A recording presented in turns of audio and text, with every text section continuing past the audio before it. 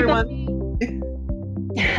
Thank you so much for being here. Delighted to be doing this session with you today. We're going to be talking a lot about the CV today. We're going to be really looking into that in terms of kind of you sculpting a really excellent CV. But just as a caveat to start, you know, I know that there is a difference between something that is a business CV or a techie CV or a design CV and an art CV, and I want, you know, I'm obviously using one template today, and I don't want you to be turned off, but I am very content led. So regardless of what discipline you're in, I am very interested in you having the content right. After that, I could care less how you design your own CV. That is absolutely up to you and within your control, okay? But I am content led. So you will see a CV today that may not be your bag, right? That they might look like something that's quite crushing to you, that people have been trying to get you to do for years, and you've been fighting against it because that's just not what you look like and how you want to articulate yourself. And I just want you to pause yourself in that fight for a few minutes. I'm not asking you to design your CV in exactly the way that I am laying out today, or exactly the way in the sample CV that I sent you out in the email and the newsletter on Friday. I'm not asking you to do that, but I am asking you to be content led and take the gist of that CV in terms of the sections that they have. Where you'll see this sample CV that I'm going to show you today is a very techie CV, right? If you were doing Java or JavaScript, you're going, happy days, because I can just pretty much copy this while excavating myself.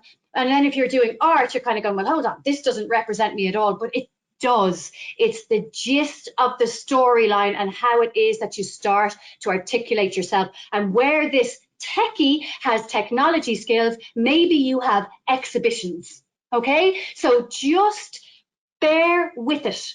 It's the structure of the CV and the storyline that we want to create in terms of you excavating yourself, not necessarily the CV that I'm going to show you today. So I just wanted to start with and really just highlight that for you, because this session absolutely is for everybody, regardless of what discipline you come from. And that's very important for me, that you know, that I know that you are all there. And I mean this, you know, and obviously I'm trying to do something that can't be done, which is a CV that fits everybody, right? Because that's not possible. And actually, in terms of the jobs that you're going for in the future, you know, one CV is never going to do it for you. So I want you to let this notion that, oh, I've done my CV now, it's done, go. Because once you start to realize that this is a living document, it starts to become less of a pain in the behind, okay? It starts to become less of a pressure point, because you realize that actually, regardless of what job I'm going for, I'm going to need to change my CV in some way to really fit the spec of that job. A one-size-fits-all CV does not work.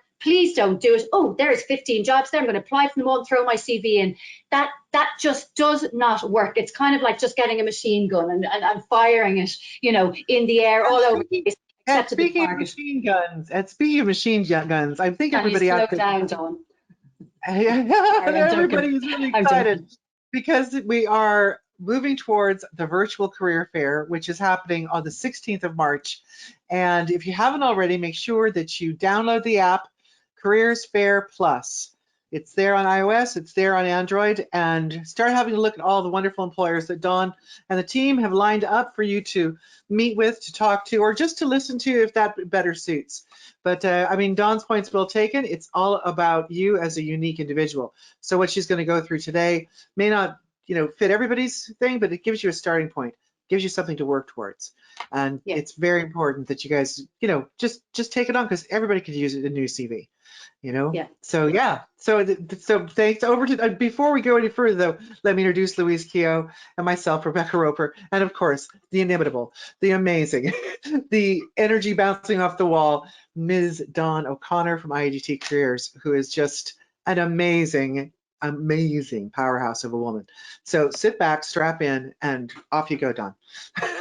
Okay, thanks for that, Rebecca. And I suppose, look, you know, why are we doing this? Why is careers here at all? Why is FYMMO here? Why is teaching and learning here? You know, why are we all, and the SU getting involved in all of this as well? Why are we all here doing this? And really, why we're here doing this is because we want to start you to put your profile out there in terms of these organizations that are coming. Like, we have 40 organizations coming to meet you on the March the 16th from all walks of life, from every discipline. There is absolutely something there for everybody. And I want you to email me directly if you for 1 second think there isn't, and I will set you straight on that. Okay, so really, you know, we're in a run up to a really, really positive event here, which is a careers fair. We have a number of panel discussions that are really coming at you, and I know that you've kind of, I'm not going to go on about this because I think that you're going to see videos over the next few days, and I don't want to labor these points. And right now I really do want to get into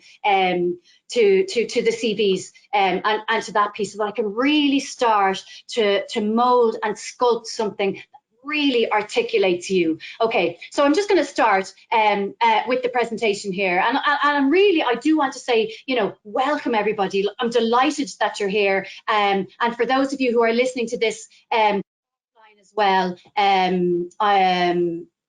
sorry, my screen stopped sharing there because somebody just came in, so I'm just going to start that process again. It just put me off slightly, and I'll do that from the beginning so that it does. Okay, so yeah, so I really want to say welcome to everybody, whether you're listening to this live, or whether you are with us here now, or whether you are listening to this again, because we will be recording these sessions so that everybody has the chance to benefit from them.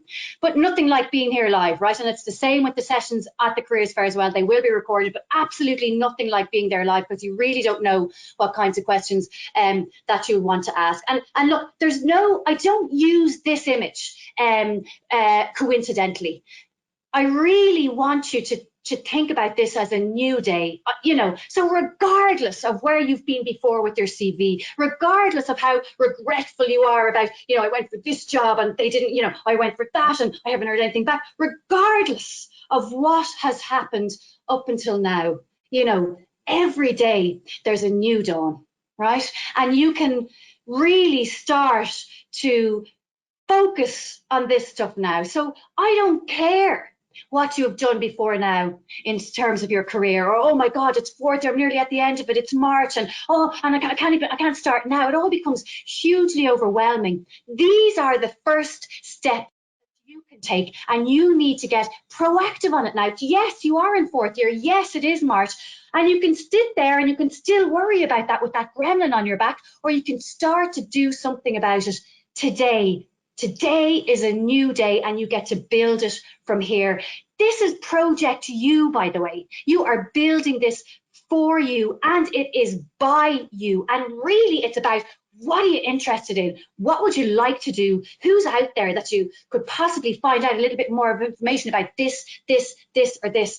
You really don't know what you don't know yet in terms of the amount of careers that are there. And these 40 companies that are coming next week, they have a plethora of things to teach you. So be there. And, you know, at the same time, you know, bring a CV with you. Have something there that you can kind of say, look, this kind of stands for me.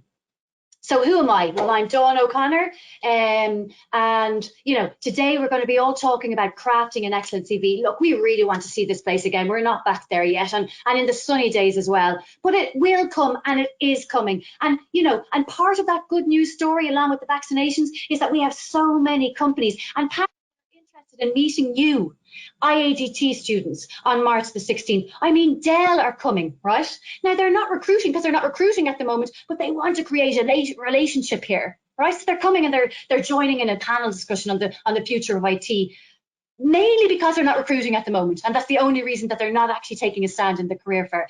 You guys are wanted.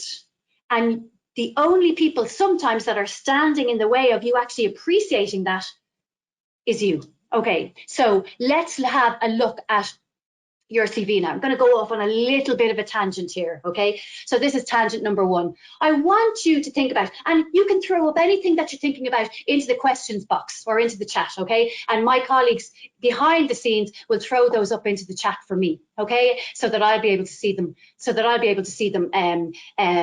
quite quickly and easily. Okay, so the first thing that I want you to, let me just minimize this. Yes, that's what was happening for me. Okay, so sorry. The first thing that I want you to think about is this. I want you to put yourself in an employer's shoes, okay? I actually want you to be this employer for me, okay? You have 200 applications.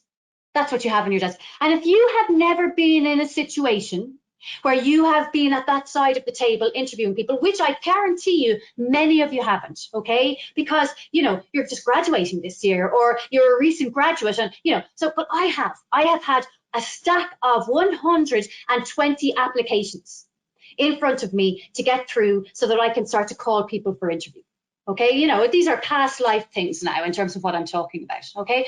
And that's a conservative estimate, 120 applications in terms of what's going into companies now. So let's say another conservative estimate, because this is conservative again, pretty much 200 applications. If you don't understand the heartbreak of looking through 200 applications, I want you to really think about that.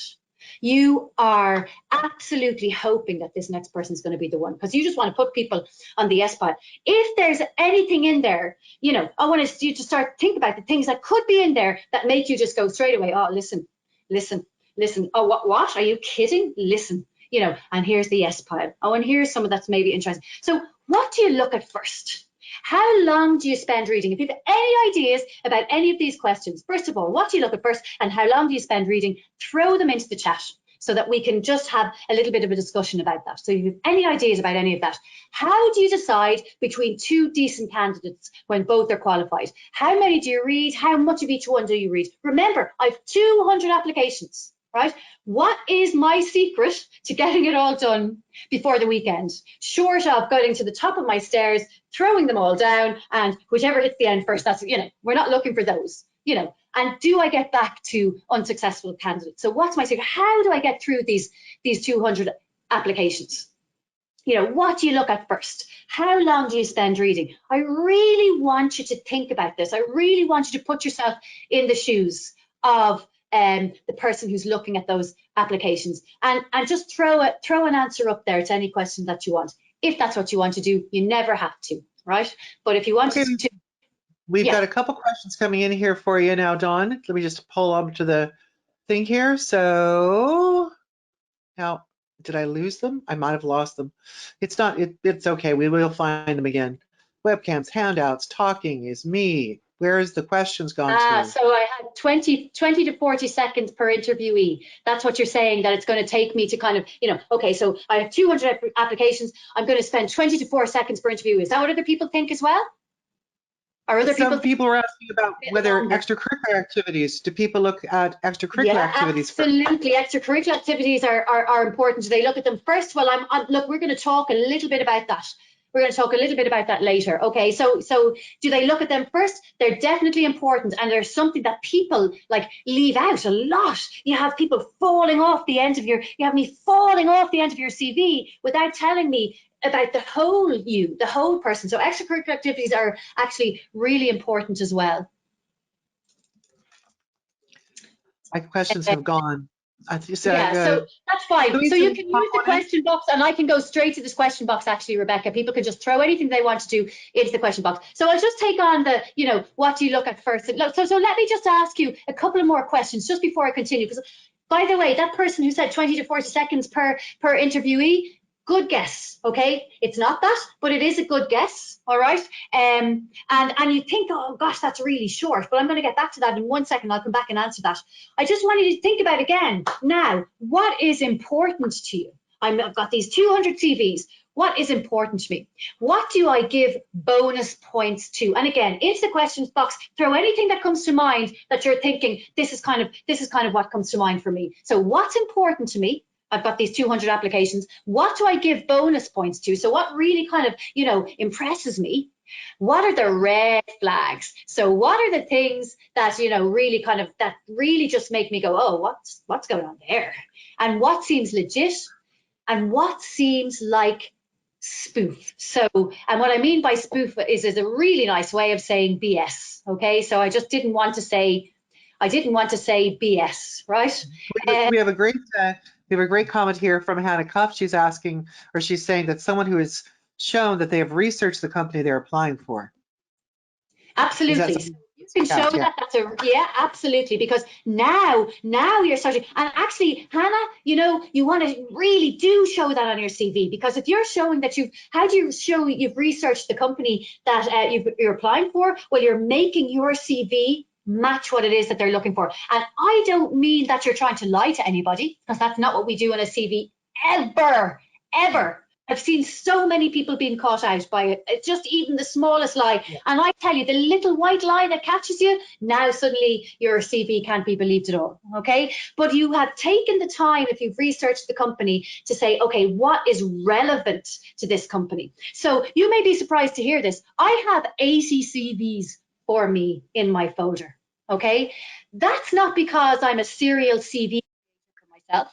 That's because I worked in consultancy. I'm going for different gigs. I had my own company for 10 years, you know, and I need to think about what is it that this company kind of wants, because I, you know, and what I need for one company, even though I've done 10 other different things, they don't need to hear about those 10 other different things. The relevant stuff is what they want to hear about. Okay, I've done everything else as well, but you know, I want to make this relevant for the company that I'm going for. Okay, so very good in terms of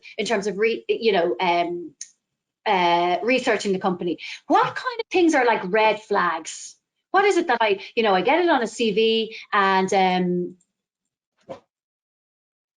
it really kind of sticks out to me as maybe this is something, I might be putting this in the no pile. I leave that with you. Throw it up if you want to throw it up, and I'm going to move on. So if you think of any red flags that might actually kind of stick out to me, you know, you just throw it up there in the questions box. Okay. All the time when you are writing, and you know, and it's great that Hannah, you came in with that kind of research and that we're able to tie that to actually writing my CV for the company that I'm applying to, because all the time I've got to answer this question for the company: why am I here? You know, for the person reading the CV, they need to be you know, I'm not asking an existential question here. You know, why am I here? You know, I'm not asking the universe to give me those answers. What I'm saying to you is the employer needs to be able to answer all the time. Remember, your CV is a short document. You're trying to get all of your information across. You can't get everything, but have them seeing why they are reading this CV at every juncture. Have them seeing it. You know, keep telling them, look, this, and I've done this, and I've done this, and I've done this, and I've done this. You know, and it really cross references with what it is that they want as well. So they need to be answering the question. I'm so sorry. Can I just throw something in real quickly? Because one of the things is to use the language maybe that they are using in their company information on their website. Also in the if it is a job application, then to put that there. To actually use that same language in your CV so that it has sort of there's connection being made. Yeah, and you know what? That there's connection being made, but there's another really key reason why that's important, Rebecca. Because a lot of times, you know, those 200, 250, 300 CVs that I get, it's not a human that's looking at them, right?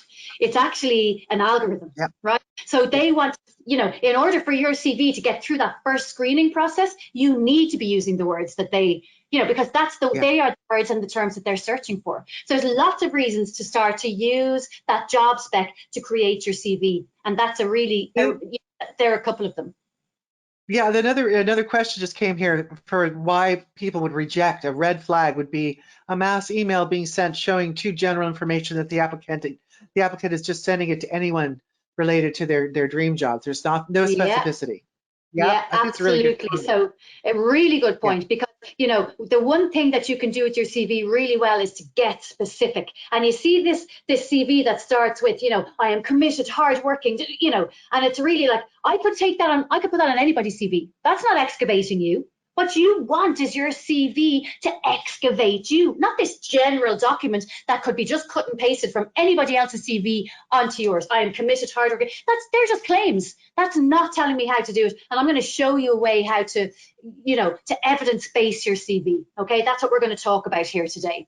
And mostly what I'm, you know, like instead of, you know, giving the employer the message as to why they're there all the time and really making every sentence count, mostly what I'm doing is I'm turning away from the computer and pressing send. You know, I hate my CV. I don't think it's articulating what I wanted it to say, and I'm just it shames me nearly to be sending it to people, and I'm just hoping to get through the process. We don't like to draw attention to ourselves though sometimes. You know, we don't like to be under that spotlight, and we feel like we're bragging when there's a real difference between bragging and actually just being a little bit assertive and putting yourself forward. And as you say, excavating the real you, I think is a great term.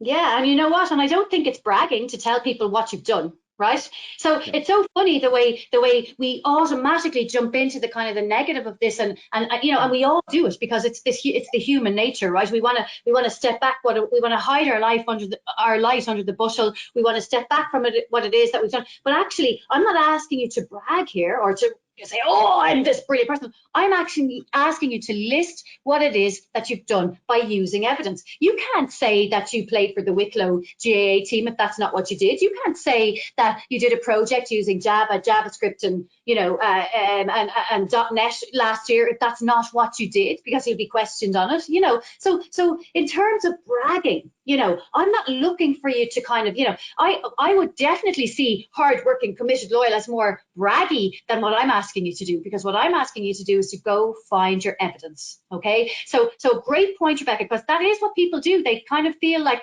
oh, they can't write it because it's just they're saying things about themselves, and it might come across. But actually, I'm asking you to say things about yourselves that are actually things that you've done. So just to kind of just make sure that, you know, we're going into it here, you know, knowing what it is that we're trying to do. Okay, and so there's a real pressure here, isn't there? Because this is your personal sales brochure, and that's the kind of the, you know, oh, I'm getting into selling myself now. It's probably your first contact with a prospective employer. It's absolutely you until the employer meets you, and that's actually something that's hugely important for you to understand. This CV is representing you until the employer meets you. So you've really got to put some work into, you know, excavating that story for yourself. Your CV tells an employer who you are, where you've been, what you've done, what skills you've acquired, and that you can do the job. And you see, if that's not enough pressure for this document, you know, the question I asked earlier about how long do employers spend looking at the CVs that they get, and actually it's around that. That's what they spend. And you know what? We're right. You're with your 20 to 40 seconds, but recruiters, they spend about 9.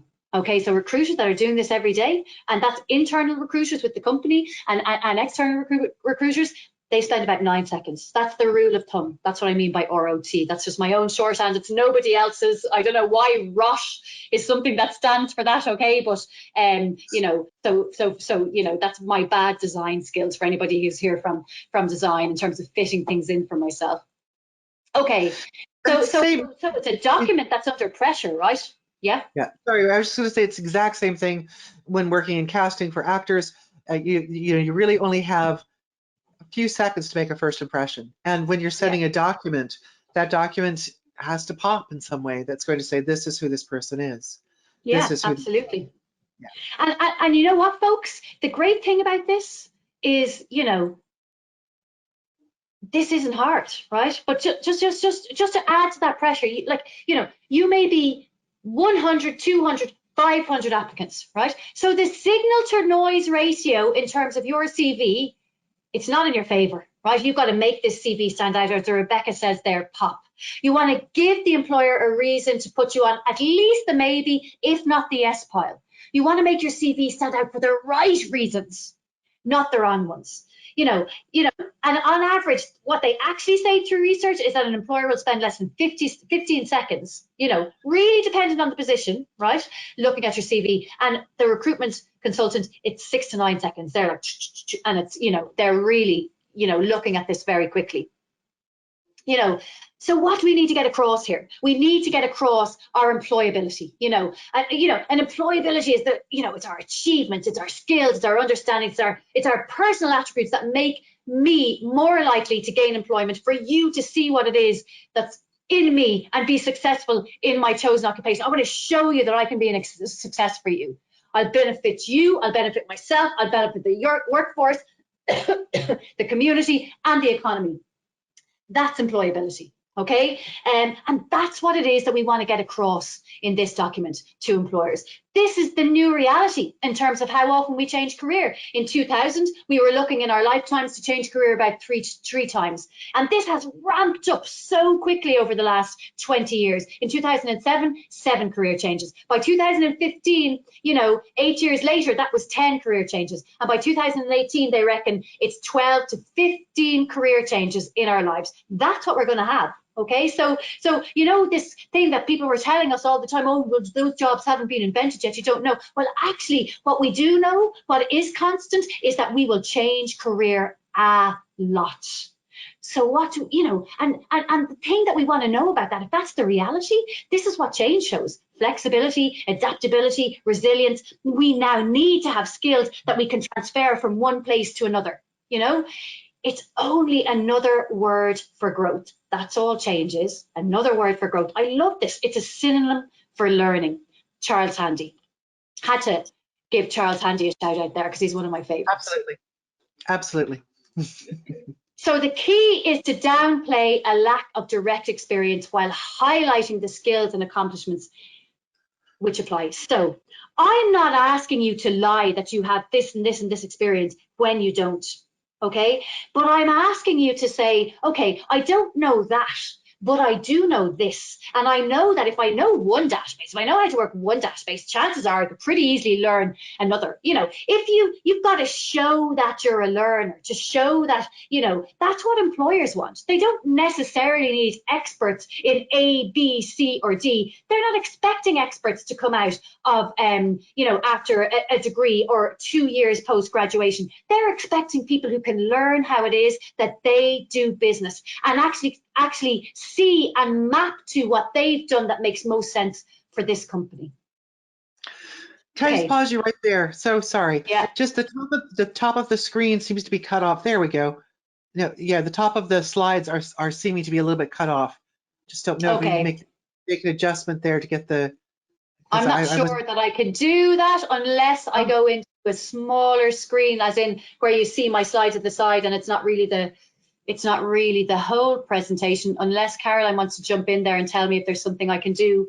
Is it really bad? Can we still kind of get the gist and see what we're doing? Because you can get the gist, and then maybe you can send over the slides as PDFs, and we'll put them up on the.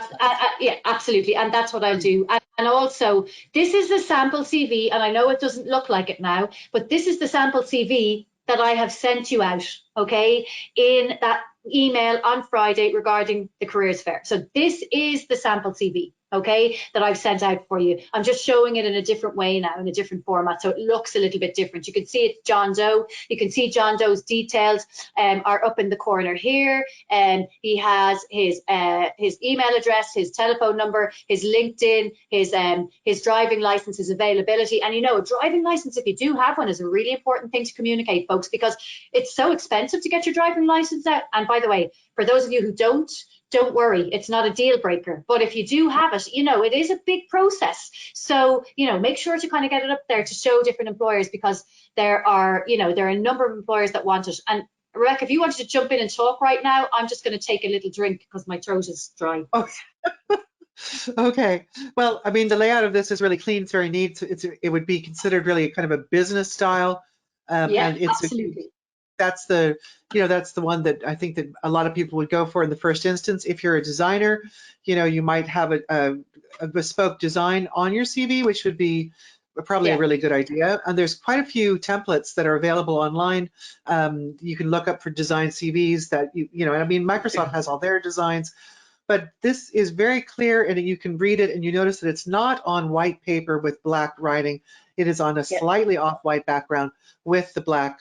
And that really does make a difference for people's eyes who spend a lot of time in front of screen. I'm sure we all know about that at this point. But yeah, so I mean, those are just tiny little tips. But the look of it, for me, I would say, okay, that's great. It has all the information really cleanly. It's very much a business CV. If I was getting something from somebody who is in film, I might look for a little more visual content. From design, I might look a little bit more at a more bespoke design that is representative of your work and who you are. Same with animation. So it depends on, and also always ask yourself, who am I sending this to? What do they do, and what is their business? So whatever document you send, make sure that it is in line with what they, you know, want to see. So it's about that sense of, you know, tailoring the work to your audience. Okay, and I love the way you mentioned templates there, because one of the things that I don't particularly love getting are CVs that are done in template form. And I'm not saying that there are templates there that are good, there are, okay. But what I want to say to you is this: we are content led first, okay? So you can use any template, you can design any way you want after you get your content straight.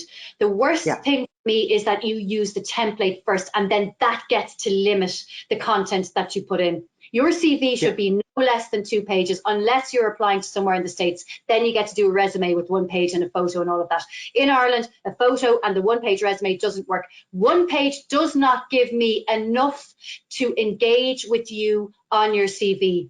Again, I say, just the design comes second, okay? So get your content straight first. Figure out how much you need to fit into a CV and then introduce your template to it or your design to it, because it annoys me greatly when I get CVs that have been constrained by the template that's being used. And what I mean by that is, you talked about this CV, Rebecca, as being really clean and in pieces, and yeah, you can see it's very much a techie CV, it's very much a business CV because you can see technology skills, but it is very clean, okay? And my eye is drawn from the top right down to the bottom in a story.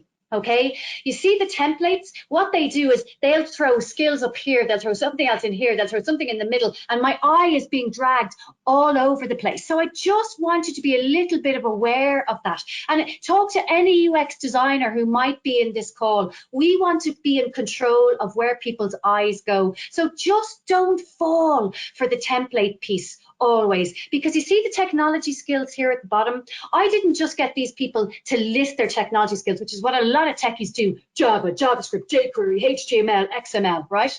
And I don't know, do they know Java? Do they know Java? How much time have they spent with HTML? What, you know, so I get people to contextualize the skills. That's, we talked about not being general and getting specific. It might be 2+ years Java, it might be 6 months Python, it might be, it doesn't matter, but contextualize it for me. And that's what you can't do on a lot of those templates, because it just gives you this amount of room here up in the corner and you write skills. Right? And it's word, word, word, word. And it really tells me nothing as an employer. I can't engage with it. So I agree. The other thing can I mention is one more thing about this CV, which is, I think is excellent, is the sans serif font.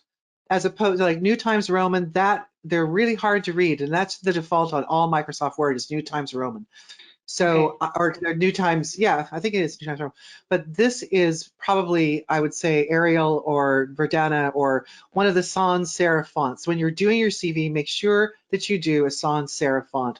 And the serifs are those little tiny wink, wink, wink things. I mean, anyone who's a visual designer will know a graphic design, but those of you who may not have heard that before, it's the little flippy things that happen at the end of each one of the letters, and it's very hard to read, particularly on screen. So that I really love the font of this. It's very, again, clean, and it's very clear. But Dawn, you're absolutely right. There's no point in just listing skills. You have to show what is your experience. This is an evidence-based CV. It says this is the evidence. Yes, I have this skill, and this is how long I practiced it. Yes, I have this skill, and this is how long I've been acquainted with it. Or this is, and that might just be in your modules right now. You know, that you have different skills. You know, and people, because because you know, especially final year students, but students have this idea that they need to be experts, you know, that they need to have done something for 6 years before they put it on their CV, and that is not the case. You know, companies like to see that you've touched these skills, that you know your way about them, but they're not looking for you to be expert in them. You're a graduate. You've just come through. You're just to come through a course. They're going to be training you up on how they do this, in how they want Java used, in what that's for, in terms of their processes, in how it is that they edit, and in what systems they use, in kind of, you know, is it Ableton in music production, for example, you know, or is it Foley that they're kind of looking at, you know, in all of these different pieces. You will find that once you get to you know, to work, you know, in IT here, you know, we might teach you AWS in terms of the cloud, but there are so many other resources out there, like Microsoft have their own cloud, you know, so it's not that I'm absolutely expecting you to know exactly what it is that I want you to know. I just want you to show me that you have some experience around this. Now, before I could talk about this for days, but I'm really aware of time, and I know that we've got a bit to get through, so I'm just going to bring you through this CV. One little thing, we just have a quick query from Diana here, is asking that is it true that CVs with photos get declined from the start? Of course, for film, we want CVs with photos for actors or for presenters or for, yeah, well, you see, you know, and that is true. That is a difference between kind of the film industry and other industries. But what I would say to you is this: the research has shown that yes, CVs with photos get put onto the no pile, and that is being well researched in Ireland. You know, that's, you know, LinkedIn is where you put your photo on. LinkedIn is where people can kind of engage with you in that way. Don't ask me why that is. I think that we're quite, you know, like, we also ask you not to put your address, your gender, your, you know, all of those kinds of things on CVs. It's around the 9 grounds of discrimination.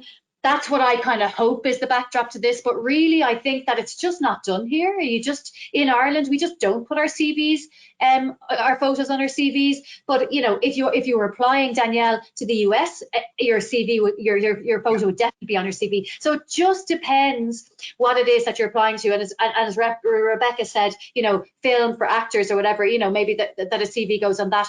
But generally in Ireland, yeah, you're right on that. It's it goes into the no pile.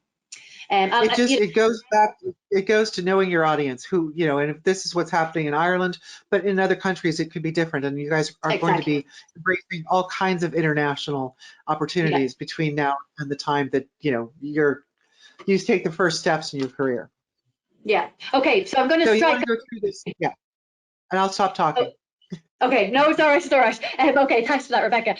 Okay, so essentially, what do we have here? Okay, so we see, like, I don't want you writing CV, curriculum vitae, resume at the top of your CV. Please, please don't do it. We know it's a CV. You can see very easily that this is a CV, okay? So just take that out. You know, we used to do that years ago. We don't do that anymore. Your name needs to be big. I know exactly who I'm talking about here. And then your details are over right nice and neatly at the side. You don't have to do it exactly this way. I'm just giving you the gist, right? If you are in IT, any IT person worth their salt has a GitHub account. Get it up there. Get your portfolio up there if you're in Irish. Get your photography portfolio if you're up there, and anywhere. Get your UX portfolio up there if you're doing UX. You know, anywhere you have a portfolio, please. It's not worth, get it up there. You need it on your CV. Okay. Your profile then is, you know, those 5 key achievements that, you know, we're looking for you. So it's, you know, the first one is, you know, that you're in your final year, your third year, your second year, whatever the course is, and you're particularly interested in boom, boom, boom, boom, boom. Okay. And the second one is 2+ years retail experience in, you know, with a fast pace, whatever it is, where it is that you work, you know, won an award in, played for, you know, soccer for 6 years in, played for Dublin, whatever those key achievements, those unique identifiers about you are, I want to see them up front. Why? Because that shows me that you're committed. That shows me these unique selling points that you get to put up there up front, whether it's projects that you've worked on, whether it's sports that you've been involved with, whether it's that you've been a class rep, whether it's that all of these different things. And if you haven't done the class rep thing yet, do it, because it's going to add to your CV, right? So, like, you know, get involved and start doing things in societies and all that kind of thing, because these are things that are really important for your CV. I'm not looking for you to have 50 years experience in IT because you're just graduating. That's not what I'm looking for, but I'm looking for you to show me that you're the type of person who has get up and go and gets involved.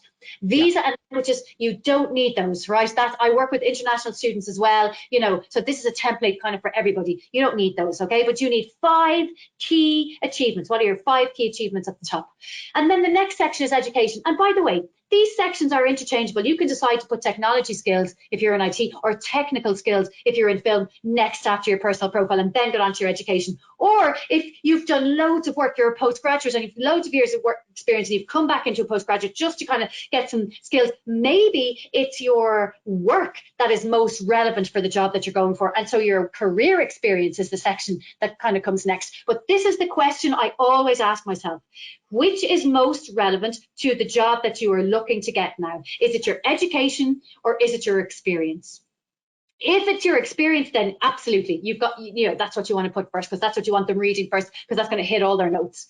If it's the education, well, then it's the education that comes before that. Or if there are some technical skills that you really know that they're looking for, then maybe you put the technical skills up first, okay? Very importantly about the education section, and I'm just going to keep talking until somebody kind of really cuts in on me, all right? But I'm going to keep talking because I know how much I have to get through. So in the education section, yes. I do have a couple questions. Yeah, we do have a couple questions here. Do you want to pause for questions, or we take them at the end? Do you know what? Can I just get to the end of the CV, and then and maybe we'll keep those questions till the end, and hopefully we'll have answered some of them on the way, and then just so we have a time for questions and answers at the end, if that's okay. Great. Perfect. Yeah, okay, brilliant. Okay, so guys, we will get to your questions, but just give us a second, okay? So you come to the education section, and too many times what I'm seeing is people just going, IADT. No, you need to actually get into what it is that you've done, okay? I want to be able to, if you think about me reading this CV as an employer, I'm ticking off check boxes in my head, and your education section is another checkbox for me. Pick some of the modules that you've done, not all of the modules you've done over 4 years or 2 years or 3 years, but the most relevant ones for me, 7 or 8, 6 or 7, right? And list them. So I have modules there, you know, so I have date, course, college. Date, course, college. And you see the way it has BSc on computing here? I would actually move that up into the center. So it's date, and then in bold as well, course, college, and then straight into the modules that I've done. Give me a couple of projects that you've done, but don't tell me paragraphs on your projects. A one line in terms of, you know, this is what it was about, and any systems and technologies or analysis or whatever it is that you use in order to do that, whether it was critical analysis, if you're an EMCS student, or, you know, whatever it is that you use to do that. You do not need to put your results on your CV. You don't need to do that. If you are 1Hing, definitely put your results on your CV, all right? You might have 1H final year student, you know, and that might be because you got a 1H last year and you're hoping to get that this year. That's fine. You know, you can put that up there.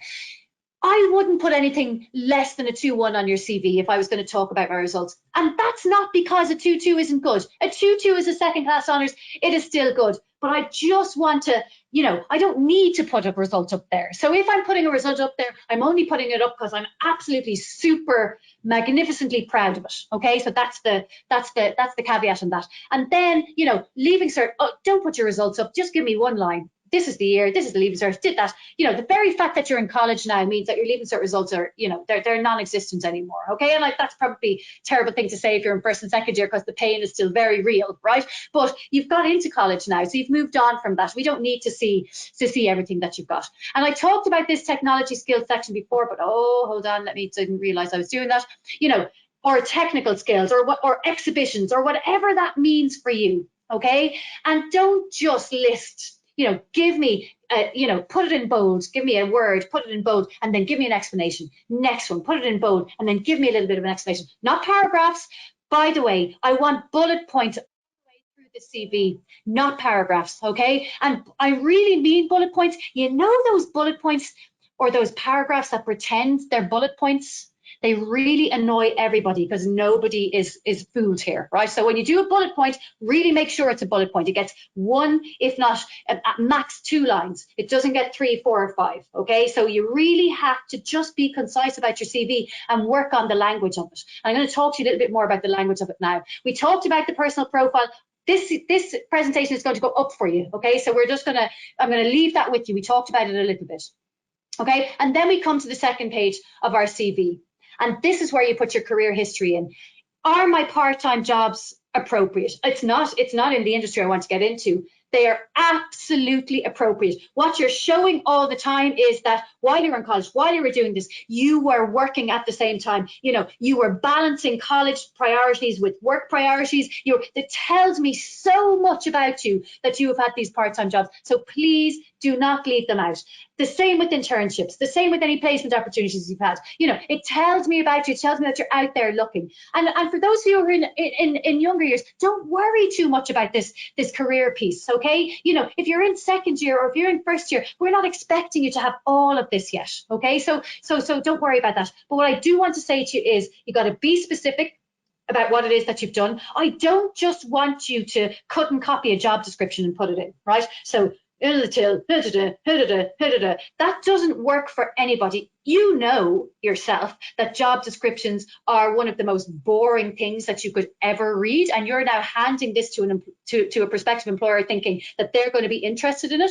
What I want you to do, as Rebecca remarked earlier, in re-quoting me, is excavate you. The job description will tell you something about a job, but it won't tell me about you in the job, what you actually did. So if you can think about it this way, what were your key achievements in this job? So for somebody who's been a waitress for 4 years, I guarantee you, right, that when you started in year one as a waitress, that you are hugely different by the time you reach year 4 in terms of the trust that you've been given, in terms of the training in of other people that you've been doing, in terms of the responsibility that you've been given, in terms of maybe opening and closing, the responsibility for cashing out, you know. So that's what you want to capture. Okay, your progression, rather than talking about the job in some like general job description way and cutting and pasting. So I'm going to give you, I have sent you out on the Friday email a list of action verbs, okay, that you can use to start your sentences. Please do not use I or my on your CV. It is CV etiquette. Do not say the words I or my on your CV. Use action verbs instead. Created, edited, developed, designed, you know, and start your sentences with them. They're much more energetic. It gets you across much better, okay? Show how you had initiative or had impact, okay? And please, please do not leave out the interest and achievement section.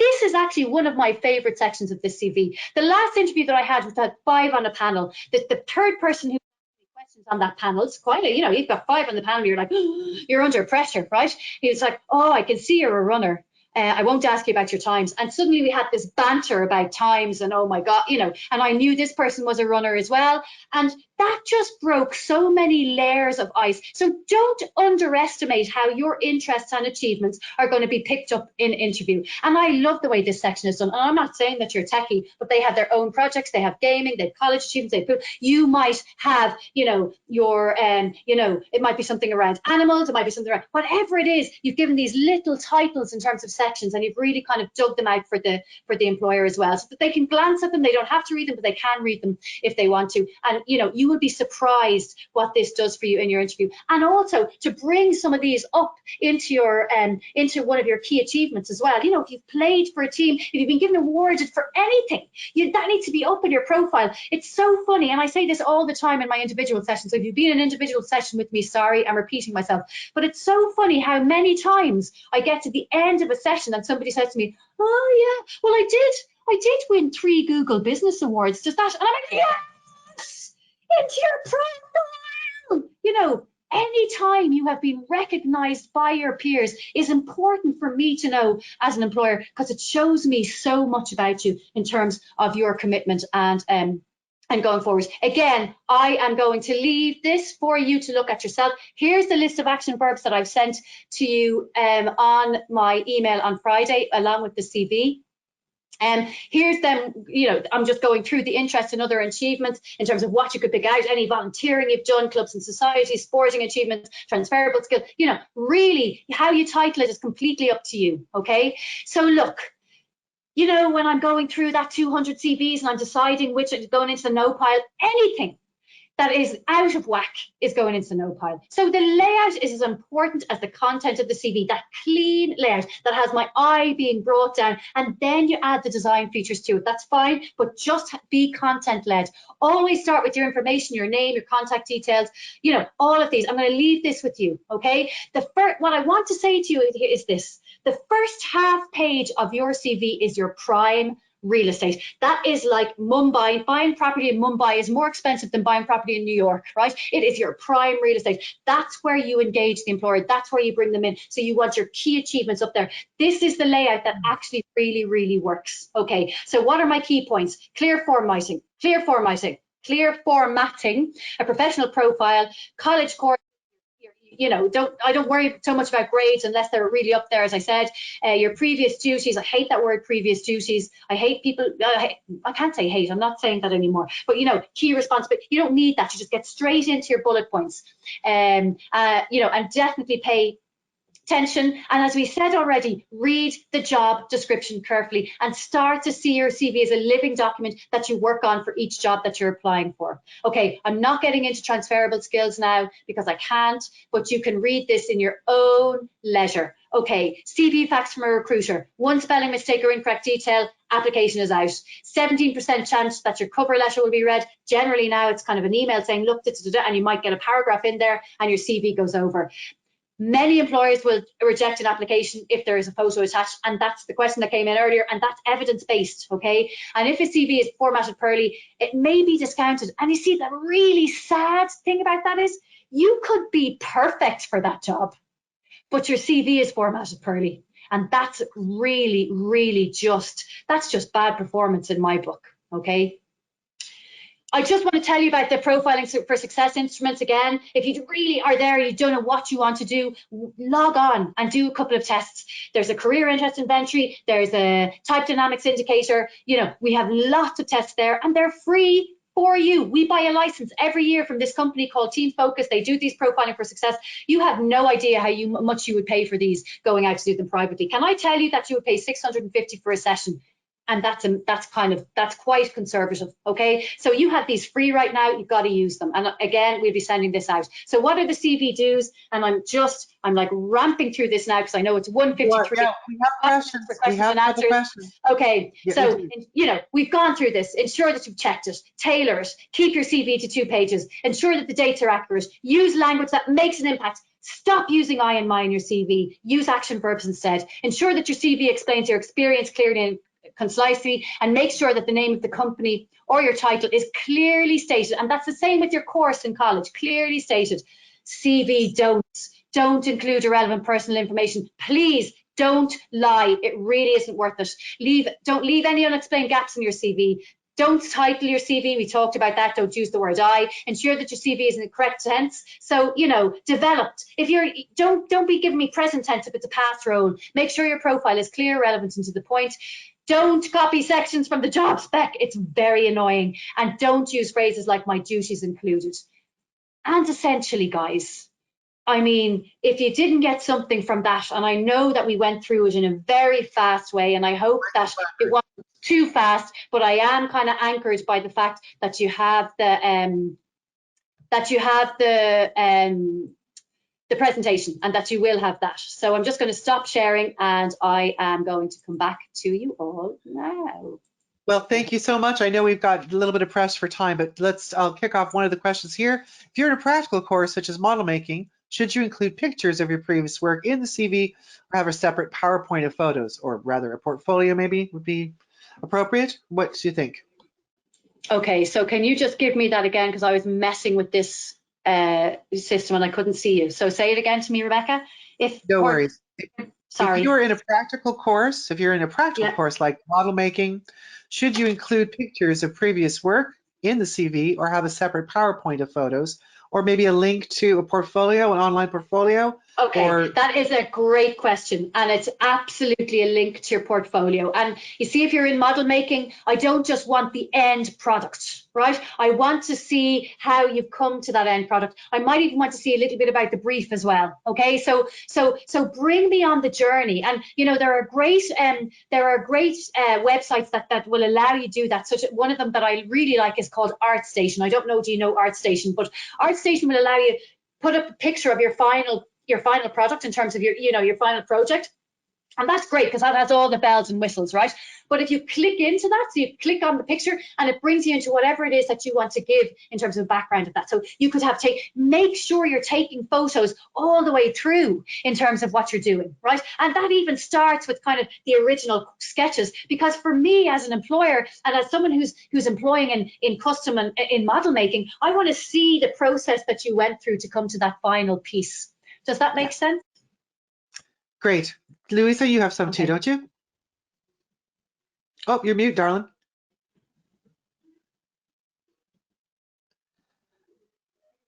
Are you with us? I have one while you're doing that. I can't quite hear you.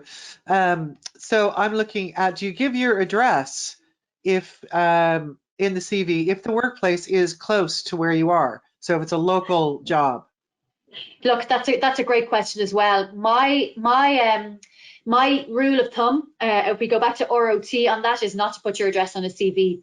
I really think that because, you know, people make decisions that, you know, they make decisions that are your decisions actually. So okay, so if you're close, that's a different story. But if you're far away, right, and this is your perfect job. So say you're living in Wicklow and there's a job in Meath, and I have my Wicklow address on the CV. You know, that person in Meath is like, they're not going to travel. They're not going to travel from Wicklow to come to this job. You know, and I'm then making a decision based on you may travel, you know, over glass to get to that job because it's so perfect for you and you really want it. You may move in order to be closer to that job. You will do anything it is, but I don't know. But I'm making a decision based on your address. So my rule of thumb is not to put your address on the CV. I get that you want to tell people that you're close. I suppose, how important is it to them that you're close? That's the question I'd be asking. Yeah, I mean, I would go through glass for my job, certainly. I do every day. I have to go through anyway. So if should we keep our GPAs on from every year? Well, that's it. Yeah, you should keep them from every year, absolutely, and especially if they're like a 3.25 or 3.2. So you know, they're the 2.1 or the 1H. Do you need them up on your CV? No, not really. And you know what? I don't think really that the Irish market completely understands GPAs anyway. You know, I think that employers here more understand the 1H, the 2.1, the 2.2. You know, so you might need to do a little bit of a translation of your GPA actually, and you can contact me about that. I might put that up somewhere so that you have it, because people get quite confused about that. And I think that in Ireland, I know in America we understand GPAs, but in Ireland it's not really done. Well, there's another one about on that line. Should you, once you're in college, keep your junior cert or leaving cert on, you know, scores, or just completed my leaving cert with honors? No. So you don't even say completed anything. You just give your junior cert is definitely gone, right? So that's not even a discussion. Your leaving cert gets the date, leaving cert, school. That's all it gets. That's all it gets. You know, you might want to put a line in there going, you know, all honors if you want to, if you really want to, but it's not required. Yeah. Okay, good. You're being kind of evaluated on your college course now. Okay, so we've 2 minutes left, and I probably have about 1 minute left actually, because I have to jump on to another call. I know you do. So let's talk a little bit about what else is going on. Let's this week, very quickly. On Wednesday at 1 o'clock, we have LinkedIn. Rock your LinkedIn profile, which is going to be right here in GoToWebinar as well, and we'll be sending the links out. The really interesting thing about that, Rebecca, is that it's actually a creative giving that webinar. So it's a person who is in the creative industry who went into LinkedIn, who knew that there were jobs in LinkedIn and Facebook and Indeed for all of these creatives. So I really want people to start to think outside the box in terms of where they're going and what they're doing, and at least and listen to these companies in the seminar, and especially that LinkedIn one. I think it's going to be really interesting. Don't miss it. No, I think it is. Then that night at 5 o'clock, we've got all things virtual career fair, how to navigate the platform, how to sign up for stuff, what, you know, how to prepare yourself, interview techniques. everything All is of that. there. That's So on Wednesday. everything that you need to know is on the Friday email. Go and look at it. It's on the Friday jobs newsletter email. It comes into your inbox every week on the same day. You've got to have seen it. Go to that. The whole schedule is there for the day and everything else as well. Listen, thank you so much for your energy, your commitment, your wonderfulness, Dawn. Really great, and we look forward to sharing the presentation.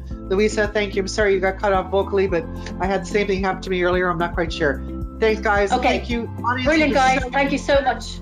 Thanks for your time. See you again soon. Bye.